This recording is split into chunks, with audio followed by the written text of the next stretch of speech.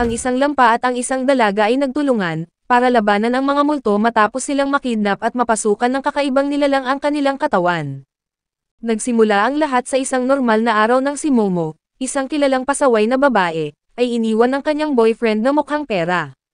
Kahit sinabihan siya ng masasakit na salita at sinipa pa sa tiyan bago iwanan, labis pa rin ang kanyang lungkot dahil ito ang kanyang unang nobyo. Pinagtatawanan siya ng kanyang mga kaibigan, nagtatanong kung ano bang nakita niya sa lalaking iyon.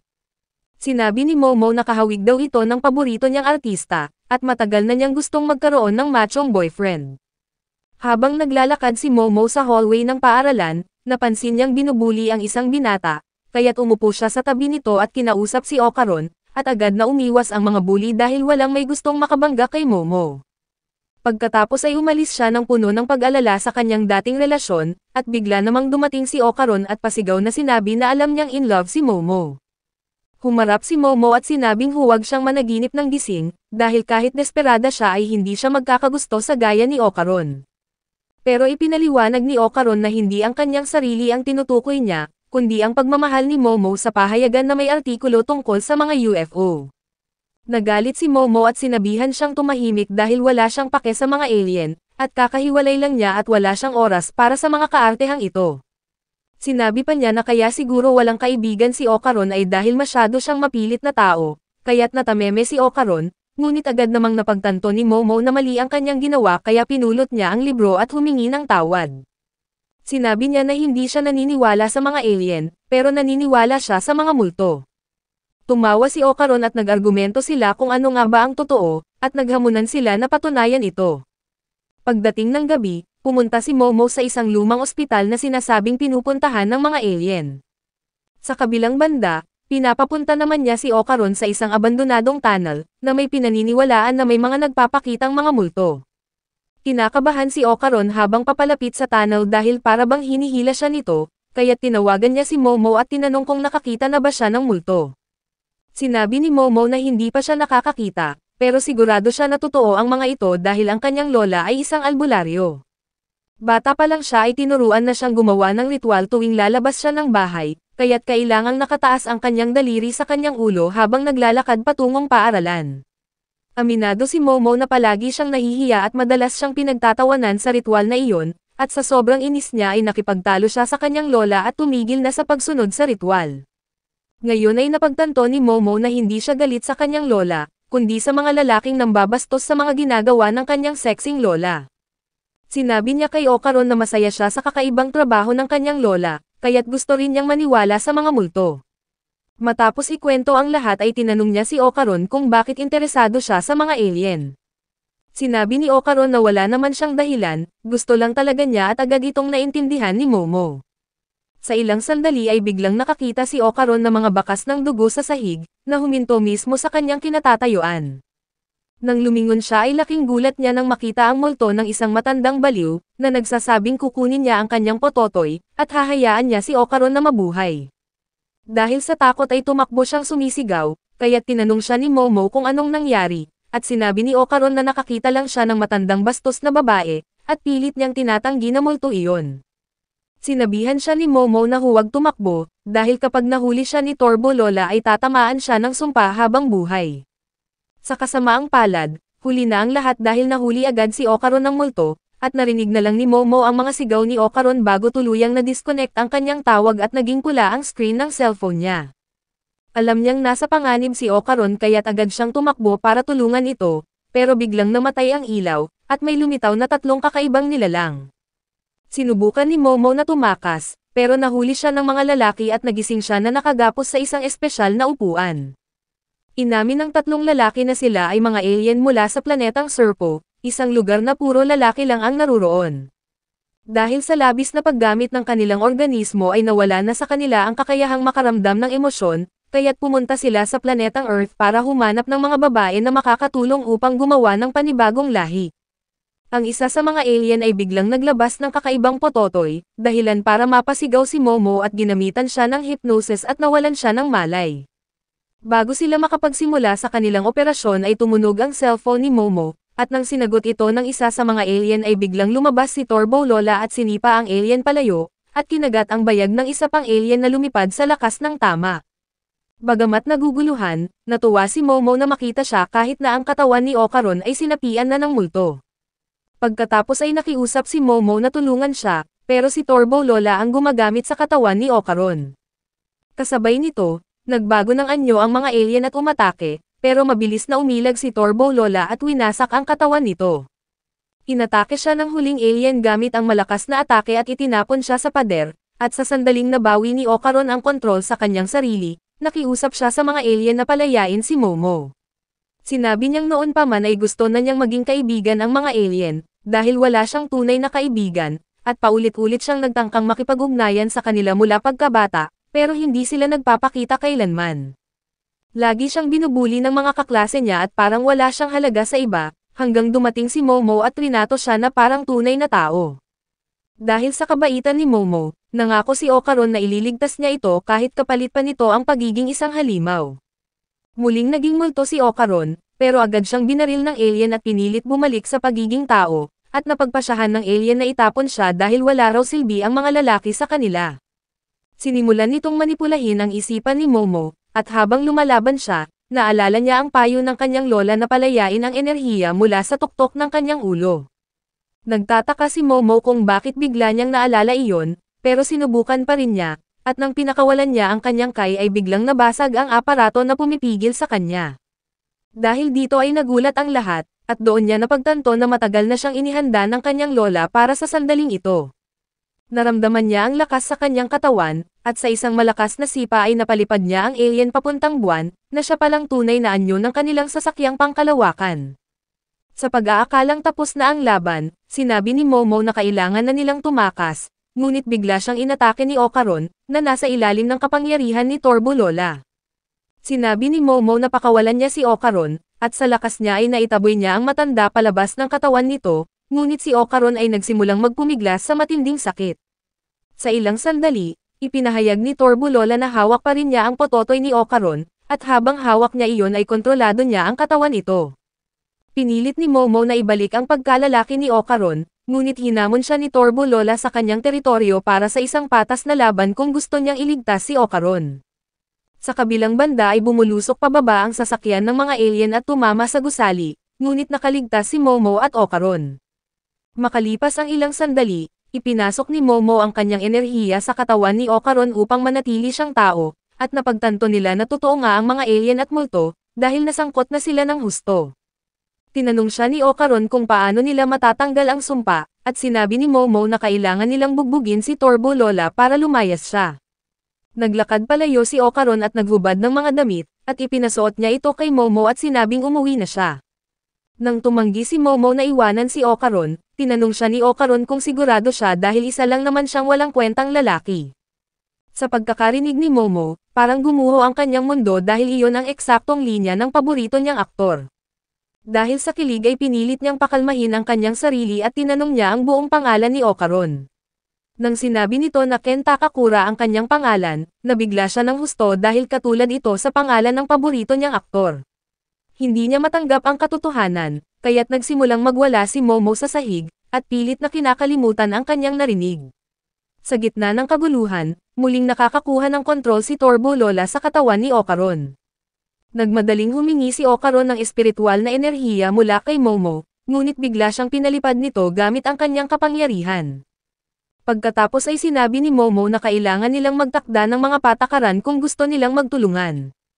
Una sa listahan, bawal banggitin ang tunay na pangalan ni Ocaron, kaya tatawagin na lang niya itong Ocaron dahil miyembro ito ng occult club.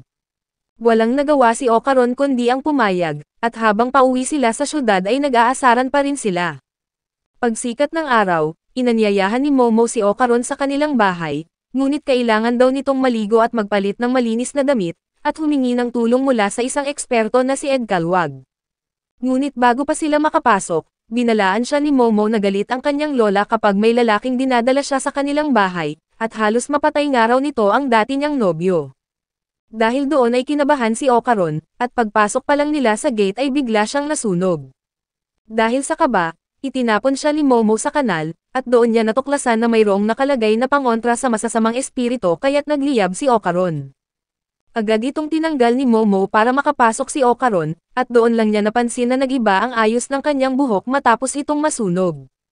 Pagkatapos ay pinapapasok niya ito sa kanilang bahay, at buti na lang ay wala ang lola niya, ngunit pinaghintay niya ito sa labas ng kwarto habang siya ay nagbibihis.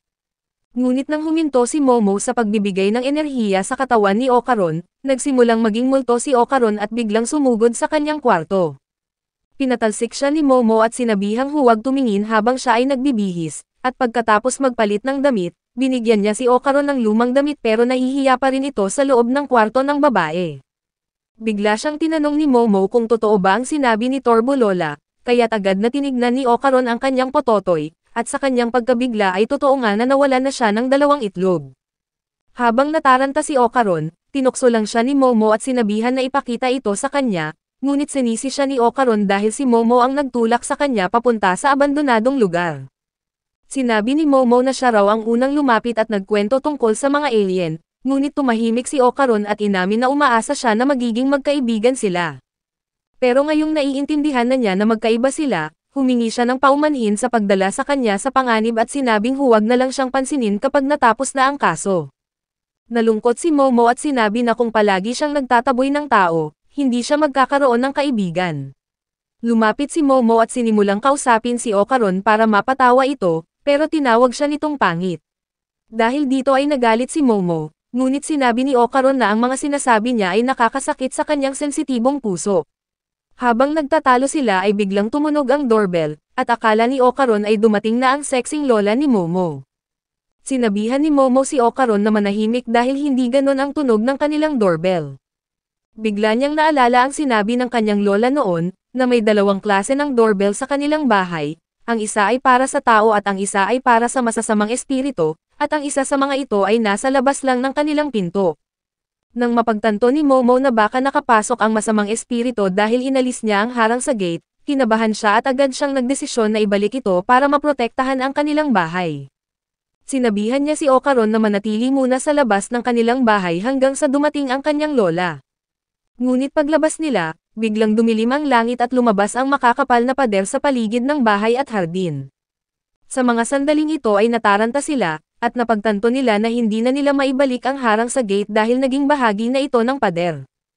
Kasabay nito ay biglang nagdurugo ang kanilang ilong, at nang tiningnan ni Momo ang paligid ay nakita niya ang isang dambuhalang halimaw na nakabiting patiwarik sa itaas ng kanilang bahay.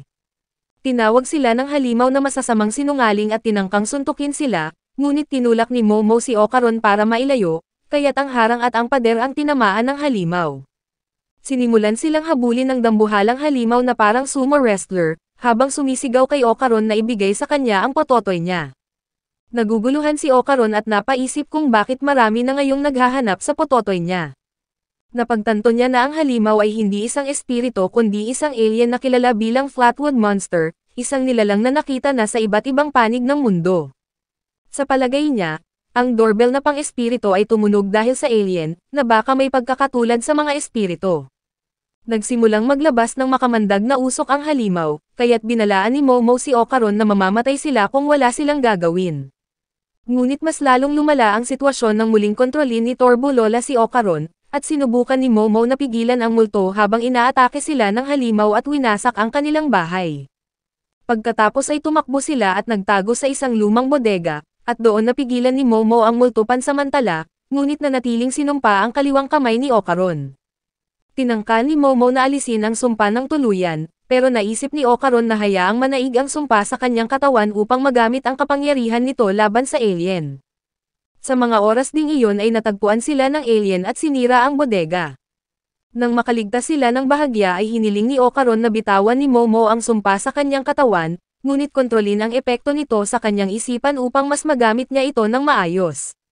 Aminado si Momo na hindi pa siya bihasa at sinubukan niya, at habang nagpapakawala ng panibagong shockwave ang alien, nagtagumpay si Momo sa pagbibigay kay Ocaron ng kontrol sa kanyang kapangyarihan. Napahanga si Momo, pero laking gulat niya nang mapansin niya na naging tamad at malungkot si Ocaron sa bagong anyo nito. Tinangkang patayin ng alien si Ocaron sa isang atake, pero nakaiwas siya sa huling sandali gamit ang bilis ni Turbo Lola, at napunit pa niya ang mga daliri ng alien. Malaki ang tiwala ni Momo na mananalo sila, pero biglang umubo ng dugo si Okaron at nawalan ng kapangyarihan. Tinadyakan siya ng alien sa lupa, pero bago ito makagalaw ay hinila siya pabalik ni Momo, at humingi ng paumanhin si Okaron dahil hindi niya kinaya ang kapangyarihan ni Torbulola. Muling nataranta si Momo kung paano nila matatalo ang halimaw, pero bigla siyang nakaisip ng ideya. Dahil sumo technique ang gamit ng alien, naisip niya na kung mapaluhod nila ito o mapahawak ang kamay sa lupa, matatalo ito ayon sa patakaran ng sumo. Tinawag siya ni Okaron na isang gagong henyo at muli silang naghanda para umatake. Sa tulong ni Momo, bumalik ang kapangyarihan niya at sumugod siya sa alien, at mabilis niyang pinunit ang binti nito. Tinapos ni Momo ang atake gamit ang kanyang lakas para mapalapat ang kamay ng alien sa lupa, at nang tumama ito ay nagsimulang matunaw ang alien. Ngunit dahil sa kakaibang lakas ng halimaw, nag-backflip ito pabalik bago pa man tumama sa lupa ang kanyang pangalawang kamay. Hinawakan ng halimaw si Momo at itinapon siya sa pader, at nagsimulang kainin ng sumpa ang katawan ni Okaron ngunit bigla itong huminto.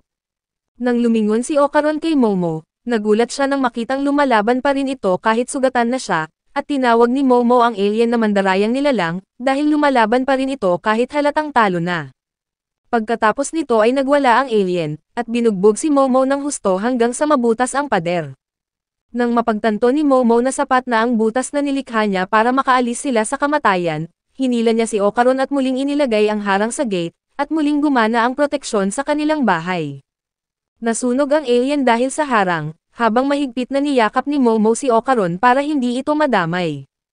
Nang tuluyang matunaw ang alien ay bumalik ang lahat sa normal, at natuwa si Momo na nanalo sila, pero bigla siyang nawalan ng malay dahil sa sobrang pagod at paggamit ng kapangyarihan.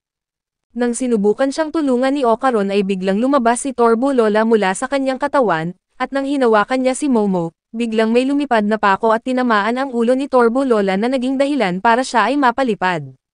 Dumating ang sexing lola ni Momo na si Seiko, at sa tingin niya ay isa na namang talo ng lalaki ang dinala ng apo niya, at ngayon ay hindi pa tao.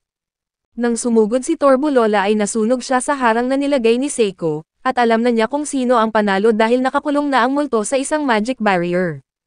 Nang muling sinubukan ni Torbulola na umatake ay nasunog siya agad, kaya't nagbanta si Torbulola na kapag pinatay siya ay mamamatay din si Okaron. Ngunit sinabi ni Seiko na wala siyang pakialam, dahil mas mabuti pang araw na mawala ang lahat ng lalaki sa buhay ni Momo. Pagkatapos ay gumuhit siya ng panibagong magic circle at binura ang maliit na parte ng una, kaya't muling nasunog ang multo. Lumipas ang ilang oras bago nagising si Momo sa kanyang kwarto, at pagdilat niya sa kanyang mga mata ay agad niyang naisip si Okaron. Agad siyang bumaba at nakita niya na nanunood muli ng Viva Max ang kanyang sexing lola, katulad ng madalas nitong gawin noong kabataan niya. Tinanong ni Momo ang kanyang sexing lola kung nakakita ba ito ng lalaking nakasalamin, at sumagot ang lola niya at tinanong kung dinala ba ni Momo ang binata sa isang lugar na puno ng espiritual na enerhiya. Sumagot ng oo si Momo, saka nagtanong kung ano ang nangyari kay Okaron, at sinabi ni Seiko na winasak na niya ang masamang espiritu, kaya't nagpanik si Momo. Bigla namang nagiba ang tono ni Seiko at binanggit ang mga hinanakit niya mula sa nakaraan, noong tinawag siya ni Momo na isang peking espiritista at sinabi niya na hindi totoo ang mga multo. Lumuhod si Momo bilang paghingi ng tawad, at desperadong nagtanong kung ano talaga ang ginawa ng lola niya kay Okaron. Sinabihan siya ni Seiko na pumunta sa pangunahing dambana, ngunit napamura si Momo habang papunta roon at iniisip na baka abo na lang si Okaron. Sinisisi ni Momo ang kanyang sarili, dahil gusto lang naman ni Okaron na magkaroon ng kaibigan, pero siya pa ang naging dahilan ng pagkasumpa nito. Ngunit pagbungad niya sa loob ng kanilang dambana, nakita niya na maayos lang at kumakain ng kanin si Okaron. Nakahinga ng maluwag si Okaron nang makita si Momo, dahil inakala niya na nasaktan niya ito, ngunit sinarhan lang siya ni Momo ng pinto dahil bigla niyang napagtanto na nag-alala siya para sa isang lampa. Pagkatapos niyang murahin si Okaron dahil buhay pa ito, saka lang siya nakaramdam ng ginhawa. Dumating si Seiko at tinokso si Momo, tinanong niya kung may gusto ba siya sa isang lampa, ngunit sinabihan siya ni Momo na tumigil, at saka ipinaliwanag ni Seiko na ikinulong niya si Okaron sa dambana para hindi siya makontrol ni Torbulola. Ipinaliwanag ni Momo na ninakaw ni Torbulola ang mga itlog ni Okaron, at dahil responsibilidad niya ito, gusto niyang tapusin ito ng maayos, tulungan si Okaron na mabawi ang nawala sa kanya at talunin ang kalaban. Ikinwento rin ni Momo na may mga alien siyang nakilala at nagising ang kanyang psychic power, pero hindi naniniwala si Seiko sa mga alien. Sinabi ni Seiko na kalimutan na ni Momo ang ideyang magiging normal si Ocaron, dahil si Turbo Lola ay isang makapangyarihang multo na nabubuhay na noon pa. Sa kabila nito, mas lumala pa ang sitwasyon dahil may isa pang malakas na espiritu sa tunnel kung saan siya kamakailan lumipat, at nagsanib na raw ang dalawang ito. Nang sinubukan ni Seiko na palayasin ang multo ay hindi man lang siya makapasok dahil sobrang lakas ng espiritual na kapangyarihan sa loob ng tunnel. Ibig sabihin ay imposible itong talunin hanggat nasa kanyang teritoryo pa ito, at siguradong mamamatay si Momo kung pipilitin niya. Pero kahit delikado ay buo ang loob ni Momo na tulungan si Ocaron, kaya't sinabi ni Seiko ang tanging paraan para manalo. Kailangan nilang hamunin si Turbo Lola sa larong habulan, at palabasin ito sa nasasakupan niya, ngunit hindi ito magiging madali dahil ang kanyang teritoryo ay ang buong lungsod. Kung sakaling mailabas nila si Turbo Lola ng lungsod nang hindi nahuhuli, lubha siyang manghihina at madali na siyang talunin. Gayunpaman, kinakabahan si Momo dahil alam niyang wala siyang laban sa bilis ni Turbo Lola, pero agad siyang nilinaw ni Seiko, hindi naman daw siya ang tinutukoy niya. Biglang bumukas ang pinto at sinabi ni Seiko kay Ocaron na kailangan niyang talunin si Turbo Lola sa karera. Ngunit nagrereklamo si Ocaron dahil napakahina ng kanyang katawan, at ilang segundo lang ang kaya niya sa kanyang superpower mode. Sinabi ni Seiko na wala siyang ibang pagpipilian kundi ang magsimula na agad sa kanyang pagsasanay. Inutusan siya ni Seiko na gayahin niya ang ginagawa ni Saitama at buhatin si Momo habang tumatakbo para mapigilan ang sumpa na tuluyang lumalamon sa kanya. Sinabihan rin niya si Momo na palakasin ang kanyang kapangyarihan, dahil handa na siyang sanayin silang dalawa kinabukasan. Nang sumunod na araw, napunta sa alanganin si Ocaron dahil kailangan na niyang magbanyo, pero hindi pwedeng mawala ang kapangyarihan ni Momo sa kanya, dahil magkakaroon ng pagkakataon na kontrolin ang kanyang katawan ni Turbo Lola. Ipinahayag ni Seiko na samahan na lang siya ni Momo habang nagbabanyo, pero agad nilang sinabi na hindi iyon ang gusto nila. Dahil dito ay nagtataka si Seiko kung paano nga ba nagawang kontrolin ni Momo ang sumpa. Ipinaliwanag ni Momo na nakakakita siya ng aura sa paligid ng mga bagay, at kapag pinupunit niya ang aura ng multo na nakapalibot kay Ocaron, bumabalik ito sa pagiging normal. Sa sandaling ito ay limitado pa lang ang kapangyarihan niya sa pagdalaw ng mga aura, pero noong una niya itong naranasan, pakiramdam niya ay isa siyang Diyos. Sinabihan siya ni Seiko na subukan niyang pakiramdaman ang aura gamit ang kanyang katawan sa halip ng mga mata para mas lumakas siya. Sinubukan ni Momo ang kanyang payo, pero hindi ito gumana at nag-transform si Ocaron. Nang maibalik siya sa normal ay halos maihina siya, at agad na tumakbo papunta sa bahay ni Momo para magbanyo. Hinabol siya ni Momo para mapigilan ang susunod na pagbabagong anyo, at sumama si Seiko para panoorin ang mangyayari. Sa huli ay naranasan ni Ocaron ang pinakamalupit na kahihiyan sa buong buhay niya, na pinapanood siya ng mga babae habang dumudumi.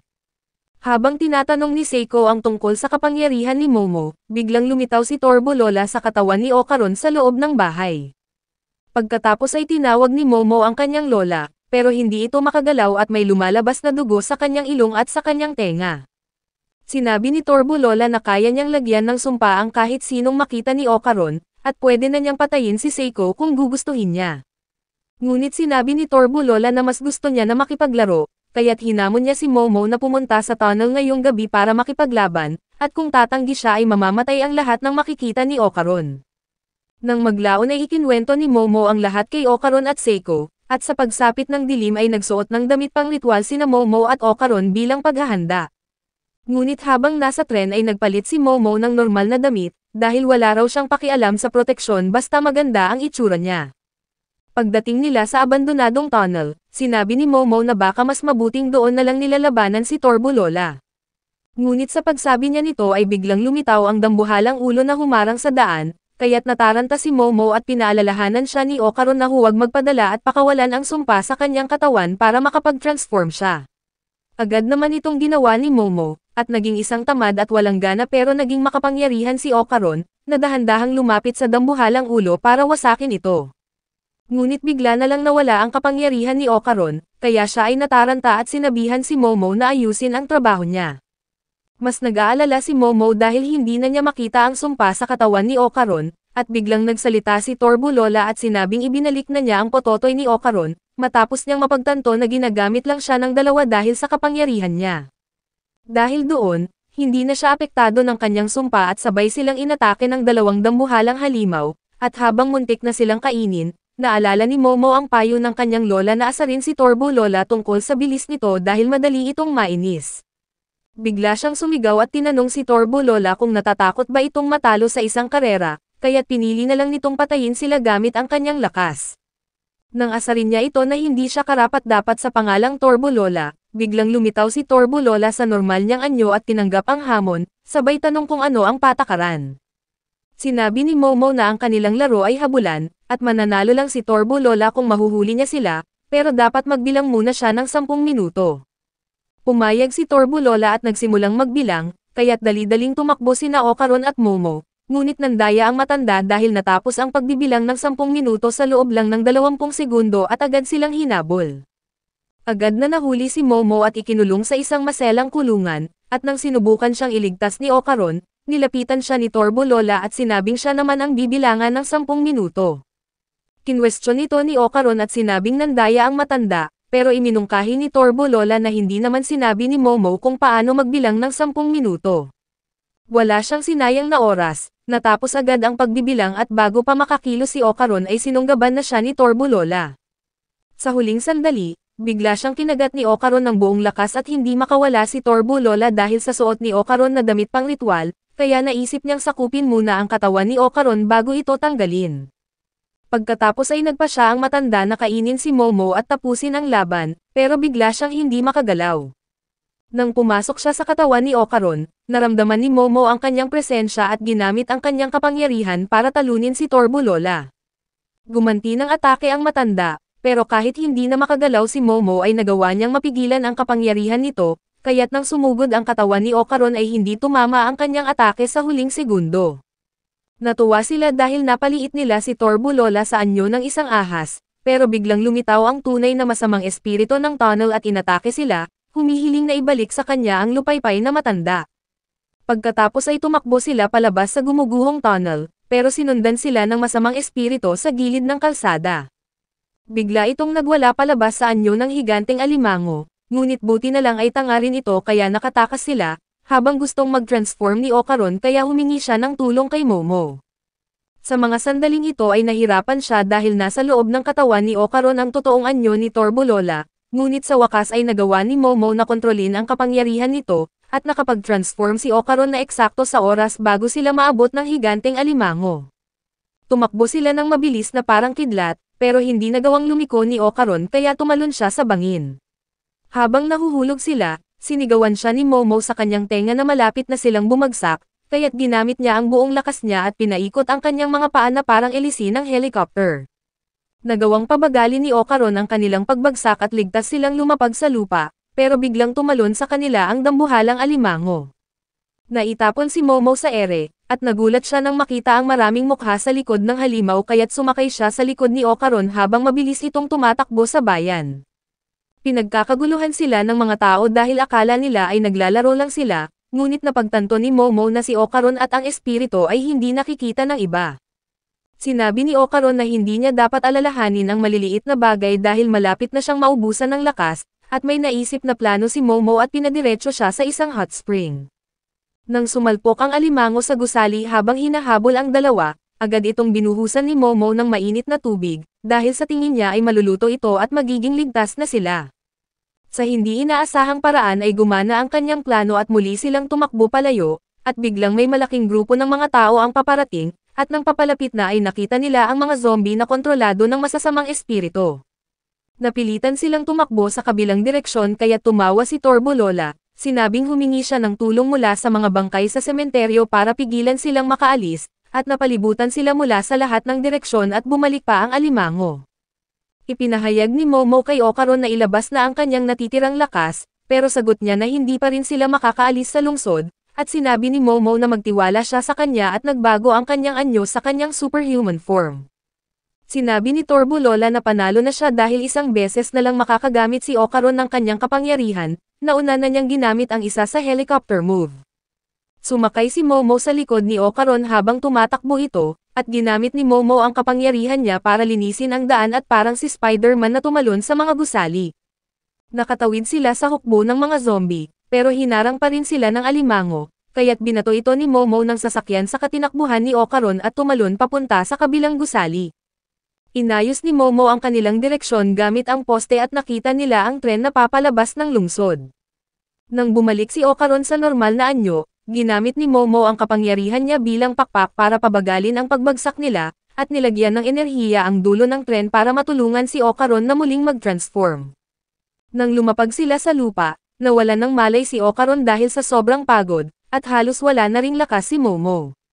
Sinubukan niyang gisingin ito, pero laking gulat niya nang mapansin niya na naiwan si Torbo Lola sa kanilang pagbagsak, at paglingon niya ay nasa harap na nila ang matanda kasama ang hukbo ng mga bangkay, at nakipagsanib ito sa dambuhalang alimango para kainin sila. Tinukso sila nito at tinanong kung gusto nila ang makipaghabulan at ilang segundo ang gusto nilang bilangin sa ganitong sitwasyon. Biglang sumagot si Momo na 1 segundo lang ang kailangan niya para makatakas sa isang pangit na kagaya niya.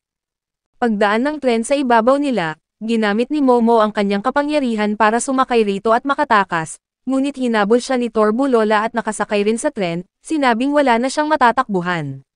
Ngunit sinabi ni Momo na siya ang wala ng matatakasan, sabay hawak sa kanya gamit ang kanyang kapangyarihan habang papalapit na ang tren sa hangganan ng lungsod kung saan naghihintay si Seiko para tapusin ang laban.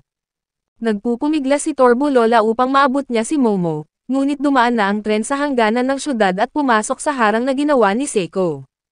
Dahil dito ay nasunog si Torbo Lola at ang espiritong alimango, at pinalaya ang mga espiritong nakakulong sa kanila habang unti-unting naging abo ang kanilang mga katawan.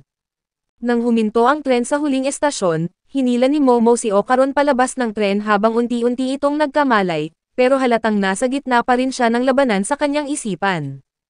Dumating si Seiko upang salubungin sila, at nagtungo sila sa lagusan kung saan sila nagbigay galang sa mga taong napatay doon, na naging sanhi ng paglikha ng masasamang espiritu. Ikinwento ni Seiko na matagal na silang mga espiritista na nakasubaybay kay Torbo Lola, at palagi raw itong lumilitaw sa mga lugar kung saan may kaluluwa ng mga babae na dumaranas ng matinding pagdurusa. Ayon sa kanya, marahil ay gusto lang tumulong ni Torbo Lola sa mga ito, ngunit ipinaliwanag din niya na kung nais ng mga tao at multo na mamuhay ng mapayapa, hindi dapat sila nakikialam sa mundo ng isa't isa. Pagkatapos doon ay bumalik sila sa bahay ni Seiko, kung saan nag-aagawan sina Momo at Seiko sa laman ng alimango, habang si Ocaron naman ay hindi makakain dahil sa lahat ng naranasan niya. Sa kalaunan ay naghanda na si Ocaron na umuwi, ngunit bago siya umalis ay sinabi ni Momo na magkikita sila ulit, at doon napagtanto niya na may kaibigan na siya ngayon. Kinabukasan, nagtago si Ocaron sa likod ng poste habang pinapalakas ang kanyang loob na batiin si Momo, ngunit pagdating niya sa gate ng paaralan, nakita niya si Momo na naghihintay sa kanya kaya't bigla siyang kinabahan. Iniisip niya na baka hindi siya ang hinihintay nito kaya't nagpakaastig siya at nagkukunwari na hindi siya nito nakita, ngunit bumangga sa kanya si Momo at sinabing late na siya. Nagsalita si Momo tungkol sa mga alien na nangidnap sa kanya, habang tahimik lang si Ocaron at nakikinig, hindi pa rin makapaniwala na may babaeng nakikipag-usap sa kanya. Pagdating sa loob ng paaralan, muli siyang pinagtripan ng kanyang mga kaklase, pero pinatawad niya sila dahil maganda ang mood niya ngayon. Sa kabilang banda ay nananatiling nakatulala si Momo, na kahit na iharap ang liwanag ng salamin ng kaibigan niya, wala siyang reaksyon. Nag-aalala sila dahil hindi siya nagre-reply sa mga text nila at hindi rin siya pumasok kahapon, kaya't iniisip nila na baka nagkabalikan sila ng bastos niyang ex at iniwan siya ulit, kaya siya ngayon ay malungkot. Napabuntong hininga si Momo at humiga sa kanyang desk, at akala ng mga kaibigan niya ay iiyak na siya, pero ang totoo ay pinipigilan lang niya ang kanyang sarili na magkwento tungkol sa mga alien kay Ocaron. Ngunit ganoon din si Ocaron, pinagbibintangan ang kanyang sarili na isang duwag dahil hindi man lang niya nakausap si Momo kaninang umaga. Pagdating ng kanilang lunch break, sabay silang nagtangkang puntahan ang classroom ng isa't isa, dahil magkatabi lang naman ang mga silid nila, pero dahil sa dami ng tao ay hindi sila nagkita. Dahil doon ay sinubukan nilang magpunta sa kantin at sa lugar kung saan may namimigay ng merienda, ngunit hindi pa rin sila nagtagpo. Pareho silang nakaupo sa magkabilang dulo ng isang koridor, nagkakaisang iniisip na baka hindi talaga maayos ang pagkakaibigan nila. Ngayon ay iniisip ni Ocaron na baka napagtanto ni Momo na isa siyang boring na tao, habang si Momo naman ay iniisip na baka naiirita na sa kanya si Ocaron dahil masyado siyang maingay at mabilis kumilos. Pauwi na sana sila sa kani-kanilang klase na parehong nakayuko sa hiya at pagkadismaya, ngunit bigla silang nagsalpukan sa gitna ng koridor, at sa hindi inaasahang pagkakataon ay naghalikan sila ng ilang sandali. Pareho silang nataranta, pero doon din nila napagtanto na matagal na pala silang naghahanap sa isa't isa, habang iniisip ng dalawa na iniiwasan nila ang bawat isa.